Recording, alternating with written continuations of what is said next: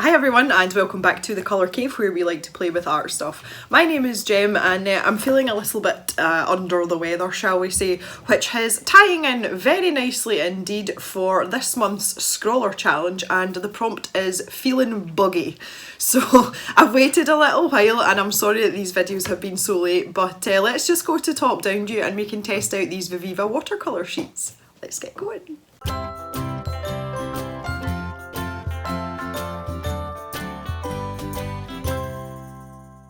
I'd like to say straight off the bat, I'm really conflicted about these paints. I really want to like them, but anyway, the first thing I did was swatch them out, and the first thing I noticed was that the number of yellows that we had and how similar those three in the middle are, I think they could have made better use of the availability of their 16 slots, if you see what I'm saying.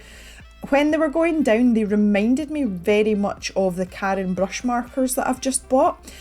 They feel very inky, and the magenta was a bit of a problem. Some of the colours have like a metallic sheen on them, but when you activate them with water that disappears and you just get the raw pigment, which is amazing. But the magenta had a sort of gold coating on it and it actually stayed on the paint when I did the swatch as well, so I thought that might be a bit of a problem going forward. This mechanical pencil is lovely, I really enjoy it. And our prompt is Feelin Buggy, and this represents me as a whole right now. I'm not feeling 100%, I'm not unwell, but I've got a little bit of a sore throat. And coming up just shortly, in fact by the time you see this video, I will be at a fancy dress party. I'm not a huge fan of parties at the best of times and I really hate fancy dress. So this prompt basically just encompasses me perfectly at this moment. So maybe it was a sign that I got my Scrawlrbox late, I don't know. So to go back to the paint a little bit more, I felt that it's almost too pigmented for watercolour, and I don't know if that such a thing exists, but that's the way I felt about it, and it was really inconsistent when I was using it. It seemed to soak into the paper really quickly, but it wasn't actually dry enough to go back over, which left a lot of sort of like that cauliflower bloom type thing and colours bleeding into each other. And it was also very difficult to get different mixes. I ended up having to use a palette here and I was trying to mix a skin tone, and the colours are so saturated I couldn't get a delicate enough tone for what I wanted, and I spent quite a while doing this trying to get something that suited me. That kind of defeats the purpose of having these in this really slim format, and they kind of touted it as like travelling. Trying to mix a skin tone on the little flap that you get at the back would be really difficult, and to be honest it's not something that I would want to do, is to have to mix a lot of colours on the go. So that kind of, I don't know, took some of the enjoyment out of it for me. And you can see here, even just this first few layers that I've done, the difference between the laydown is it just, there's no consistency to it. Sometimes you can take a scoop off of the paint and you get this, what I would say is a traditional watercolour, you know, slightly diluted, and other times you put your brush over it and you get this really bright vibrant line as if you were using an ink pen. So I really struggled with that throughout this entire piece, and I felt as if I was kind of fighting with the paint a lot of the time. The paintbrush is absolutely delightful. I love this brush.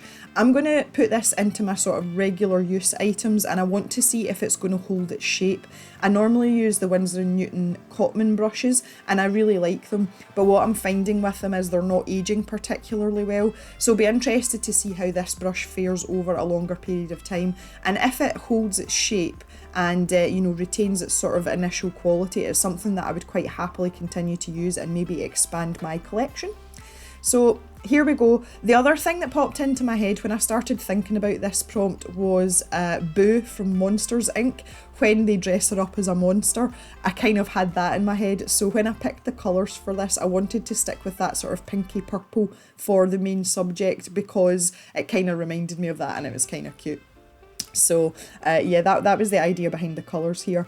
So here I am struggling on. This is the green that I'm putting on the face. And I had this same problem, there just seemed to be no consistency because you're taking it straight off of the sheet. It's very hard to get it consistent and you don't have a lot of time to smooth it out with water. As I say, it just seems to soak into the paper so quickly, and I don't know whether that's to do with the ratio of pigment to fillers, because as we know this is supposed to be mostly pigment and not much else. and I don't know, it just doesn't seem to have the characteristics of normal watercolour. It kind of put me in mind of the Gansai Tambi paints as well, which was the first set of watercolour paints I had, and I think it definitely leans more towards that than a traditional Western watercolour. But anyway, I soldiered on, and I just tried to do my best to keep everything as consistent as possible. If you like to draw or paint in an illustrative style or a comic book cartoon type style, these paints are brilliant for you because they are so freaking vibrant. Here they are. This is like as neat as I could get them. This was literally just a damp brush for doing these balloons at the side, and look at the colour and look at the gradient you can get. I mean, they're absolutely stunning. But I came across the same problem here as well. When I put this, I think it's the gold ochre down, it seemed to go down really smoothly, but as it dried, a lot of the pigment started to spider near the bottom and it left it really blotchy. There you are, you can see it on the right hand side now. So it just doesn't seem to want to behave itself. It seems to be like a rogue paint. But you cannot deny these colours. Look at them, they're absolutely gorgeous. And I really like that about them. I think that, in all honesty, if I was going to be painting in this sort of style and I was travelling and I needed something compact, I would actually take the Derwent Inktense travel palette instead of this, because you've got room to mix colours there. It comes with a water brush and a sponge, and you don't have the fiddliness, which is another thing that kind of annoyed me. You've got to keep flicking through to get to the colour that you want, whereas with a traditional paint palette, all the colours are right there in front of you and you're not having to constantly flick back and forth. Especially when you're mixing colours, that's much more convenient. So once this sort of bottom layer was dry, I was trying to put in a little bit of shading here, and that was quite easy because I managed to get a sort of diluted form in the first layer. Using the paint as neat as possible and as dry as possible, you can get some really defined shadows and shading areas. So I really, really like that about these paints. So this is me going back in, and you can see there the magenta. I mean, look how vibrant that is, but it's very difficult to smooth that out, you know, in a timely fashion. Now, it may just be a case of getting used to it and maybe experimenting with different types of paper, but I just felt as if, as I said, I was fighting with it all the time to try and get it to do what I wanted to do. And I have used quite a few different types of watercolour now, so, you know, I kind of thought I might have had a better handle on that. So I don't know whether that's just down to my experience level or whether it's just the characteristics of these particular paints, but I am totally in love with the balloons, I'm not gonna lie, apart from that blotchy one on the right hand side. So I went back to the face here, and this is me trying to sort of deepen down the colour on the face, and I had to stop there and go elsewhere because I was just getting quite frustrated with it. And I kind of wish I'd stopped with the green on the face at this point. I took it too far and I kind of regret it, but it didn't really impact the overall effect of the picture too much. So there you go.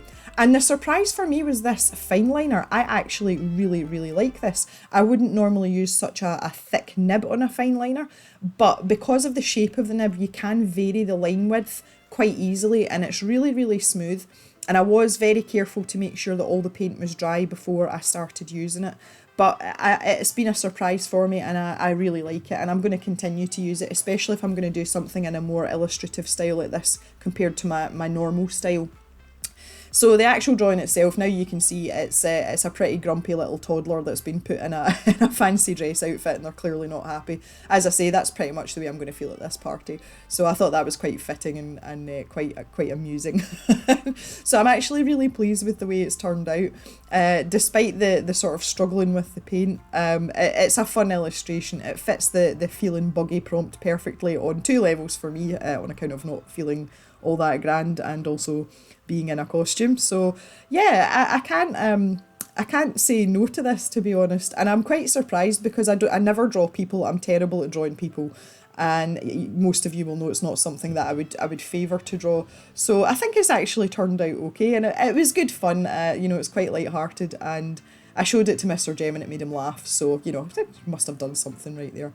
But I love the way that the fine liner pops out from the paint as well. That was one thing that made me really like the fine liner. So all in all, this has been a really good box, although I say I'm very conflicted about the paints, but overall they're a pretty good product, or maybe just not for me. Anyway, I would, oh, here's the disaster part now.